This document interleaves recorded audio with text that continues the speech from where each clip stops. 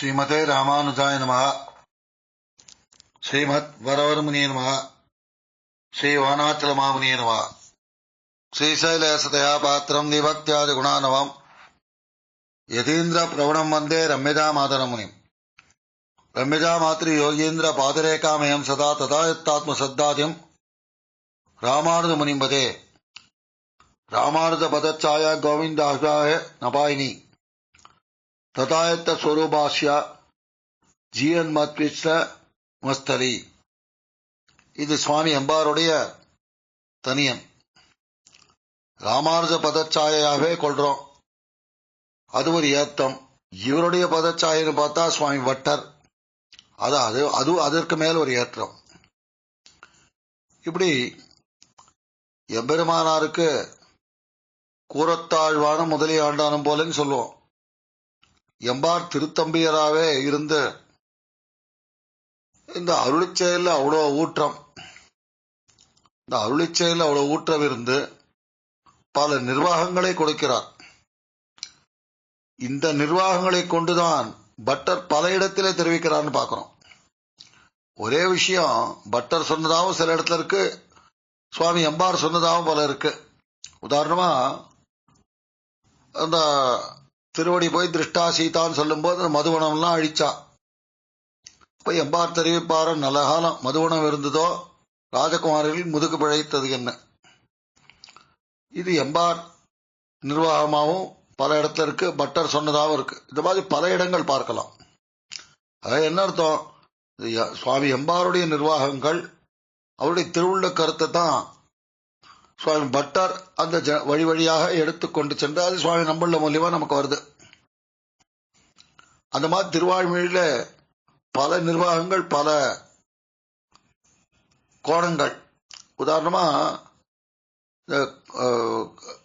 பல இடங்கள் அதை இந்த சுவாமி எம்பாருடைய திருநட்சத்திர 1000 திருநட்சத்திர வைபவம் முதல் கொண்டு நம்முடைய கோட்டையிலே பல வித்வான்கள், பல விதூஷிகள், பல ஸ்ரீ வைஷ்ணவர்கள், அடியேனை போன்ற சிலரும், அதை தவிர அடியேனை போன்ற சிலரும் ஒலிப்பதிவு கொடுக்கிறோம். அதனால பல நிர்வாகங்களை அனுபவித்துக் கொண்டு வருகிறோம். ஒரு சின்ன தேவலை தான் இதுன்னு பார்க்கலாம். அதுல ரொம்ப எல்லாருக்கும் தெரிஞ்சதுதான் 456 திருவாய்மொழி. இந்த மோருணதனியும் சோரோ என்ன ஒரு பதத்தை எடுத்திருக்கிறார் சுவாமி எம்பார். வீட்டிலிருந்து எழுலகம் தனிக்கோல் செல்ல வீவில் சீன்றதுல அவ்வளவு ஆனந்தம் ஆழ்வார்க்கு. இதை தெரிவிப்பார்களாம் நம் ஆச்சாரியர்கள். வாஸ்தவமா பார்த்தா இதுக்கப்புறம் திருவாய்மொழி முடிஞ்சிருக்கணும். ஏன்னா ஆழ்வார் அந்த மேல் பேரின்பத்துல இருந்தார் போல் அந்த பரமத்திலே எம்பெருமானை வீத்திருந்த எழுகும் தனிக்கோல் செல்ல வீவில் சேர் ஆத்தல் மிக்காரும் அம்மாறி வெம்மா பிடந்தானன்னை இனி தொழுது சொல் மாலைகள் ஏத்தனோருக்கு என்ன குறை எழுமையுமே, என்ன குறை என்ன குறைன்னு அவ்வளவு ஆனந்தம் பட்டார், ஹர்ஷித்தார்னு பார்க்கிறோம். 4ஆம் பட்சம் 5ஆம் திருவாய்மொழி. நம்முடைய ஆச்சாரியர்களுடைய ஒரு மேன்மை என்னன்னா, வியாக்கியானம்னா இதர சம்பிரதாயங்களிலே ஒரு வியாக்கியானம்னா அந்த செய்யுளின் அல்லது பாசுரங்களின் பொருளை மட்டும் சொல்லிண்டே போவா. பதார்த்தம் மாதிரி இருக்கும், ஒரு கோனார் நோட்ஸ் மாதிரி இருக்கும்னு வச்சுப்போமே. நம்ம சம்பிரதாயத்தை தான் இது ஒரு எதுவுமே தனிப்பாடல்கள் அல்ல, இதெல்லாம் அந்தந்த ஆழ்வார்களுடைய அனுபவங்களாக கொண்டு அந்த அனுபவத்தின் தொடர்ச்சியாக தான் ஒரு திருவாய்மொழியோ திருமொழியோ திருப்பாவையோ நாச்சியார் திருமொழியோ செல்வது. அதனால ஆழ்வார் திருவுள்ளத்தில் என்ன ஓடுகிறது என்று நம் ஆச்சாரியர்கள் தங்கள் மேதாவி சாஸ்திரர்கள் எம்பெருமானுடைய கிருபையினாலும் அதை அறிந்து நமக்கு தெரிவிக்கும் கிருபை புரிகிறார்கள் பார்க்கிறோம். ஒரு திருவாய்மொழிக்கு இன்னொரு திருவாய்மொழிக்கு என்ன தொடர்பு என்று அந்த 2 திருவாய்மொழி வரும் பாசுரங்களை கொண்டு, ஏன்னா இவர்களா கற்பனை இல்லை, எதுவும் பாசுரங்களை கொண்டு தெரிவிக்கிறார்கள் நம் பூர்வாச்சாரியர்கள்.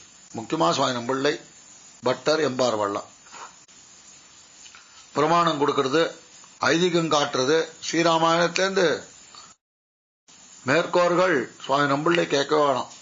அது ஈடா ஸ்ரீராமாயணமானே ஒரு சம்சயம் வந்துடும். அப்படி அந்த ரீதியில பார்க்கும்போது ஒரு திருவாய்மொழிக்கும் தொடர்பு சொல்லிக்கொண்டே வருவார்கள். பார்க்கும்போது வீட்டிருந்த அழகும் ஆனந்தமா ஆழ்வார் எம்பெருமானே அனுபவித்தார்னு பார்க்கணும். இதுக்கு அடுத்த திருவாய்மொழி தீர்ப்பாறை அவனி எங்கனம் நாடுதும்னு ஆழ்வார் மோகித்து கிடைக்கிறார். இந்த தாய்மார்கள் வரா, அவர்களை இதர தேவதையால் வந்த விஷயம் இதர தேவதைகளை தணிப்பதற்காக சில காரியங்கள் சில கட்டுவச்சு சொல் கொண்டு செய்ய எத்தனைக்கும் போது தோழிமார் வெறிவிலக்குகிறார்கள் இந்த பிரகரணம். ஆக இதற்கு முன்பு திருவாய்மொழியில ஆழ்வார் இவ்வளவு ஆனந்தமா இருக்கும்போது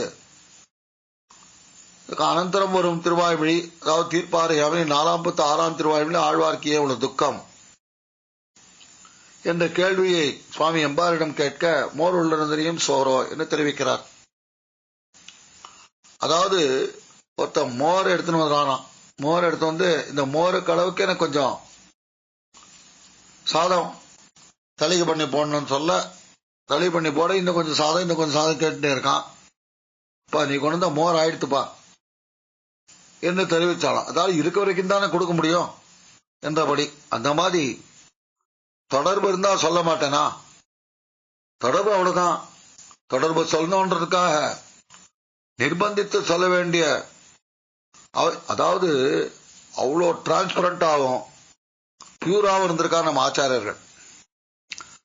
அசங்கரதேவ சங்கரதி, அசங்கரதேவ சங்கதின்னு சங்கதி இல்லாதே, தொடர்பு இல்லாதே ஒரு இயல்பு அற்புதமாக காட்டுகிறார் சுவாமி அம்பார். இது மாதிரி மல்லிகை கமல் தென்னலீர் மாறோ இந்த இடத்துல அது மணந்து தன்சை கோல தூதுசை கண்கள் கொண்டொன்று பேசி தூமொழி இசைகள் கொண்டொன்று நோக்கின்னு அது மணந்து என்று எம்பெருமான் இந்த இடைச்சருடன் கலந்து ஒரு இடையாட்டம் பண்றான். கண்ணால தூது விடுறான், கண்ணால பேசுறான். தூதுசை கண்கள் கொண்டொன்று நோக்கி என்று தூதுசை அதால பார்க்காம எல்லாம் பாக்குறோம். அப்ப அது மணந்துன்னு என்ன எதுமோ பண்டி கலக்கிறானே, என்ன பண்றான் இந்த இடையாட்டம்? கண்ணனில் கொடியது என்பர்னுவா. இந்த கண்ணனோட கொடியதா இருக்கு இந்த இடையாட்டம், இது என்ன விசேஷம் என்று சுவாமி எம்பாரை பார்த்து கேட்க, மயருர மதிரமத்த அருளப்பத்த ஆழ்வாரலிய அது என்று தெரிவிக்கும் போது மோர் உள்ளதையும் சோரோன்னு. ஏன்னா 46ஆம் திருவாய்மொழி ஆரம்பத்துல மோர் உள்ளதையும் சோரோர் என்பது பலர் கேட்டு சொல்வதுண்டு. ஆனா இந்த 953ஆம் திருவாய்மொழி 9 திருவாய்மொழி மல்லிகை கமல் பாத்திரத்தில் இதே மோர் உள்ளதனையும் சோரோ என்று தெரிவித்து அது என்று ஆழ்வாரே விவரித்து சொல்ல முடியாத விஷயத்த நம்மால் சொல்ல முடியுமா என்று தெரிவிக்கிறார். இதே இதுல பார்க்கும்போது 62ஆம் திருவாய்மொழி ஊடல் பதிகம் மின்னிடமடவார்கள் நின்னருள் சூழுவார் முன்புநாதன் மண்ணுடைய இலங்கை அரண் காய்ந்த மாயவனே என்று மின்னிடையார் சேர்க்கண்ணன் மெத்தனவன்னான்னு எம்பெருமான் கொஞ்சம் காலம் தாழ்த்து வரான். ஆழ்வார் 5ஆம் பத்து 7ஆம் திருவாய்மொழி 104 என்று 109 ஸ்ரீவிரமங்கல நகர் 6ஆவதிலே திருக்குடந்தை மானை நோக்க நெல்லீரில் திருவல்லவாள் 3 அர்ச்சாவதாரத்திலே தூது சரணாகதி. 5ஆம் பத்து கடைசி திருவாய்மொழி பிறந்த வாரம் வளர்ந்த வாரம்ல விபவாவதாரத்திலே சரணாகதி. அவர் 104 சரணாகதி. இப்படி தன்னுடைய ஆக்கிஞ்சன்யத்தையும் அனனுகதித்தையும் ஆழ்வார் காட்டி ஆரனுக்கு பாதமே தரண் என்றும் கல்களவிய தரணாக கொண்டு என்றும் நாமங்களாரிட நம்பெருமான் மேல் என்றும் நாகநசி நம்பிரான் திறனே தரண் என்றும் எம்பெருமான் திருவடியே திறனாக பத்துகிறார். அப்படி திறனாதி பண்ணியும் கூட நீ எம்பெருமான் கிருப பண்ணலியன்னு வைகல் திருவன்வண்டூர் வைகமி ராமருக்குன்னு விபவாவதாரத்திலே திருவமொண்டூரான திருவன்வண்டூரிலே தூது விடுகிறார் ஆழ்வார். கடல் ஞான ஏற்கனவே 5ஆம் திருவாய்மொழியில எங்கனையோ அதுவே பெண்ணிலையான பாசுரம். அங்கு முன்னின்னாய்ந்த தோழிமார்களும் அன்னையரும் முனிதர்னு எம்பெருமாடி அழகிலே கால் தாழ்ந்து ஆழ்வார் பெண்ணிலையாய் இருக்கிறார். அதுக்கப்புறம் அணுக்காரம் இப்படி 5ஆம் பத்துல ரொம்ப பிரிவாத்தாமையாலே சொல்றது. அப்படி இருந்தும் கூட 6ஆம் பத்து துவக்கத்திலும் கூட எம்பெருமான் வரலன்னு தூது விட்டு எல்லாம் முடிஞ்ச பிறகு எம்பெருமான் கால் தாழ்ந்து வருகிறான். ஆழ்வார் இவனை கலந்து நாம் பெற்ற சந்தோஷம் என்ன? கலந்த உடனே கொஞ்சம் கலக்கறா, அப்புறம் பிரிந்து போயிடுறான். கலந்ததே சூட தெரியாம போய் பிரிவாத்தாமே நமக்கு அதுவே லைஃப் லைன் ஆயிடுது. பிரிவாத்தாமையே நம்முடைய வாழ்நாள் ஆயிடுது. அதனால கலந்த பிறகு பிரிவாத்தாமே இன்னும் துக்கமாறு அதிகமாறு. அதனால இவனோட கலக்காம இருப்போம் என்று அவன் வந்ததையே பார்க்காமல் முகத்தை திருப்பிக் கொண்டு என்னுடைய பந்தும் காடும் தந்து போதுன்னு ஊடுகிறார் ஆழ்வார். மின்னடை மடவார்கள் இன்னொரு சூடுவார்ன்றத அப்புறம் ஆழ்வார் வந்து சமாதானப்படுத்துகிறார். இது மாதிரி பிரணய கலத்தும் போது இந்த பாசனம் சொல்லிதான் எல்லா திவ்யதேசங்களும் ஆழ்வார் வந்து சமாதானப்படுத்துகிறான்லாம் பார்க்கணும். அதெல்லாம் இருக்கட்டும், இந்த ஆழ்வாருக்கே தானே ஊடல்.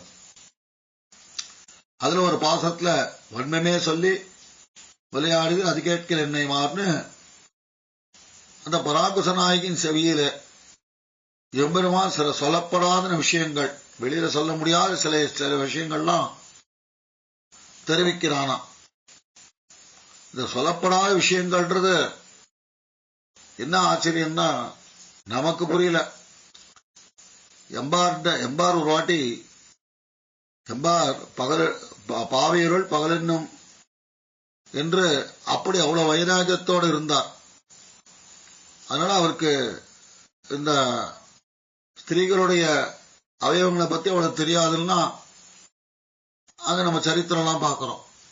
அப்படிப்பட்டவர் இந்த மின்னிடமடவார் என்ன, வேய்மருள் தோழின என்ன, பெருமாள் திருவிழில சில பாசுரங்களுக்கு அபிநயங்கள் என்ன, வருதியல் உன் சினம் தீர்வன் நான் என்ன நம்ம பார்க்கிறோம். எம்பார் இருந்தீரோன்னா எம்பார் அபிநயத்துக்கு எம்பெருமானார் உகந்திருக்கிறான்லாம் பார்க்கிறோம். இந்த மாதிரி அந்த காதல் ரசங்கள் இதை அறியாதவர் இவர் பிரட்டு பாடுகிறார் என்றெல்லாம் சொல்லும்படி அப்படிப்பட்ட நிர்வாகங்கள் பண்ணியிருக்கார். அதெல்லாம் எம்பெருமான் கிருபையும் இந்த அருள் செயல் மேல் ஊற்றமும் அதுக்கெல்லாம் மேல ஆழ்வாருடைய மனோபாவம், திருவுள்ள கருத்து ஆழ்வார் மனசுல என்ன ஓடுறது அதை அப்படியே படம் பிடித்து விஷுவலைஸ் பண்ணி நமக்கு கொடுக்கிறார்கள்.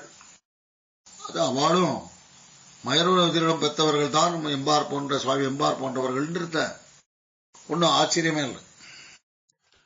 மின்னடை மடவார்ல 7ஆம் பாசுரம். இவன் சொன்ன மர்மபதி என்று எம்பாரை கேட்க மயரூர மதிரணம் அருள பெற்றவர் பாதிரமிட மாட்டாமல் வன்மம் என்னார் என்னை பாதிரமிட்டு சொல்லுகிறீர்களோ என்று அருளி செய்தார். அதாவது இந்த 7ஆம் பாசுரத்துல எம்மை விளையாது வன்மமே சொல்லி என்னை விளையாடுதி. அந்த வன்மம்னா என்ன, சில விஷயங்கள்லாம் செய்யப்பட சொன்னா அதை மயருத மதிரிடம் அருளப்பெற்ற ஆழ்வாரே வாய்விட்டு சொல்ல முடியாமல் வன்மம்னு சொல்றார். அதை நம்ம சொல்ல போமோ என்று தெரிவிக்கிறார் ஆழ்வார் சுவாமி எம்பார்னு பார்க்கிறோம். அதாவது இது எம்பெருமானுக்கும் ஆழ்வாருக்குமே உரிய ஒரு இடையாட்டம், ரகசிய சங்கதின்னு கூட சொல்லலாம். நன்னாதால் முருவனிப்பால 4ஆம் பத்து 9ஆம் திருவாய்மொழி, 4ஆம் பத்து 8ஆம் திருவாய்மொழி ஏராள மிரையோன்ல எம்பெருமானுக்கு பயன்படாத அவயவங்கள் வேண்டாம்னு அதை வெறுத்தார் ஆழ்வார்னு பார்க்கிறோம். மணிமாமை குறைவில்லா, மடநெஞ்சால் குறைவில்லா, மேகலையால் குறைவில்லா, நிறைவினால் குறைவில்லா, அறிவினால் குறைவில்லா, நிறத்தினால் குறைவில்லா, கடைசியில உடம்பினால் குறைவில்லா, ஒளியினால் ஆத்மாவே வேண்டான்ட்டார். ஆத்மாவும் ஆத்மா சம்பந்தப்பட்ட பொருள் எம்பெருமானுக்கு பயன் தராத போது நமக்கு எதுன்னு வெறுத்தார் ஆழ்வார். அதுக்கு அடுத்த பாசுரத்திலே அதை வெறுத்த ஆழ்வார் அதை விட்டுட்டு நன்னாதார் முருவலிப்பை என்று இந்த லோகத்தார் படும் துக்கத்தெல்லாம் பார்க்கிறார். லோகத்தார் படுற துக்கம் என்ன? எம்பெருமானை உணராமல் மும்மூச்சுப்படியில பரம காருணிகரான சுவாமி புல்லராச்சாரியார் தெரிவித்தருளுமா போலே இழந்தோம் என்ன இழவு விண்ணிக்கே உண்டியே உடையான் உகந்தோடின் இருக்கான். ஆழ்வார் எப்படி இருக்கார்? உண்ணுஞ்சோறு பருகினி தின்னும் வெத்திலையும் எல்லாம் கண்ணன் இருக்கார். அவ உண்டியே உடைய உகந்தோடியேன்னு இருக்கான். இது மாதிரி செல்வம் வேணும், மற்ற இதர தேக சுகங்கள் வேண்டும், மற்ற விஷயாந்திரங்கள் வேண்டும், அதிலேயே மண்டி கிடக்கிறார்கள். கொள்ளென்னு கடந்தெழுந்த கொழுஞ்செல்வம் நெருப்பாக என்னெல்லாம் இந்த பாசுரத்துல பார்க்கிறோம். ஆழ்வார்கிட்ட பார்க்கிறார், தன்னுடைய பிரிவாத்தாவை கரைபுரண்டு ஓடுறது ஆத்மா ஆத்மீயமானா உயிரினால் குறைவில்லான்னு சொன்னவர் அதை சற்றே விட்டு விட்டு இப்படி இவா கஷ்டப்படுறாளே என்று ரொம்ப இறக்கப்படுகிறார் ஆழ்வார்னு பார்க்கிறோம் நன்னாதார்ல. இங்க அதான் என்ன ஒரு கேள்வி வருதுன்னா, ஏராடு நிறையாடு அப்படி துக்கப்பட்ட ஆழ்வார் தன்னுடைய துக்கத்தையும் மறந்து இப்படி பண்ணார்னா, உன்னை பிரிந்து படுகிற துன்பத்தை காட்டிலும் எம்பெருமானை எண்ணாத இந்த சம்சாரின் நடுவே, இவ்வுலகத்தின் நடுவே அது இன்னும் துன்பமா இருக்கு.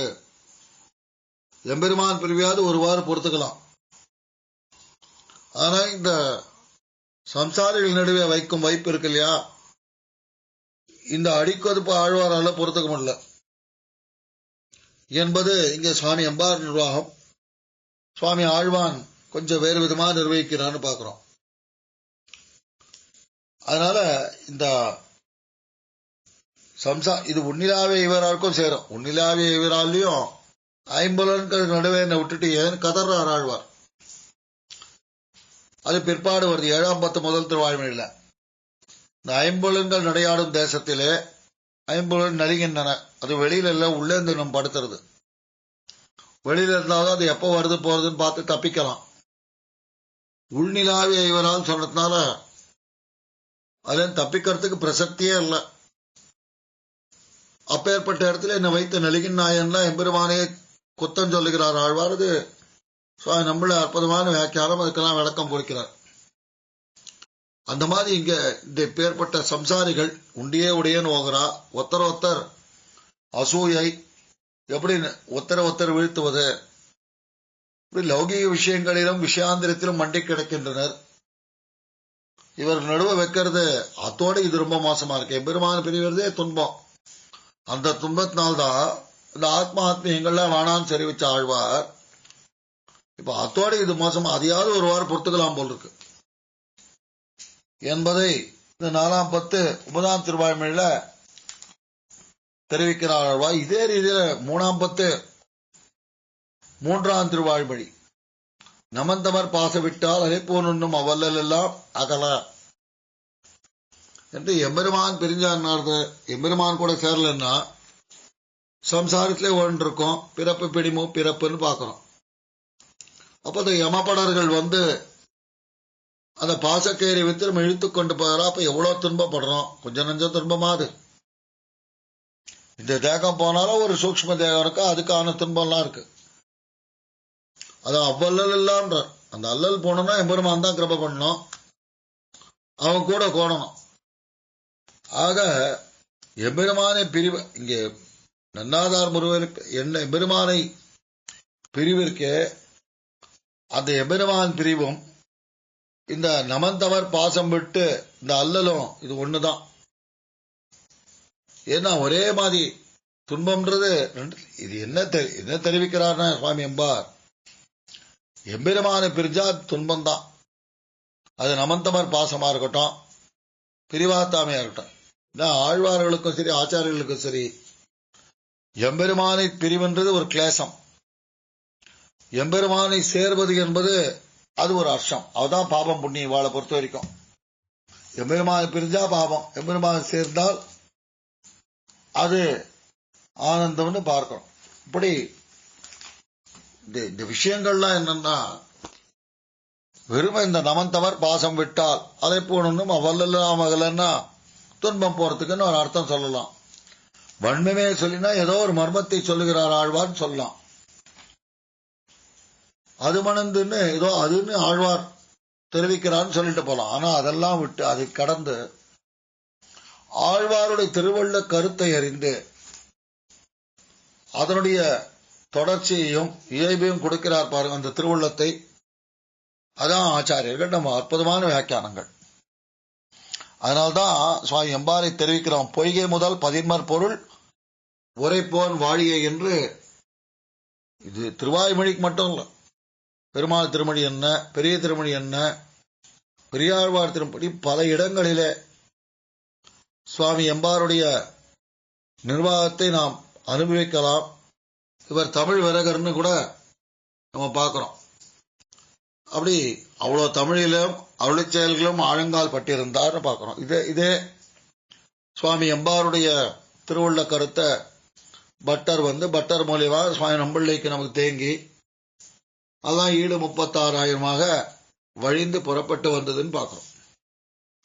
இந்த சகசிராப்தி வருஷம் சுவாமி எம்பாருடைய திருநட்சத்திர அனுபவத்திலே அடியேனும் சில விஷயங்களை ஏதோ யதாமதி யதாசக்தி விண்ணப்பும்படி பிராப்தமானது. பெரியோர்கள் சவித்தருள் வேணும்.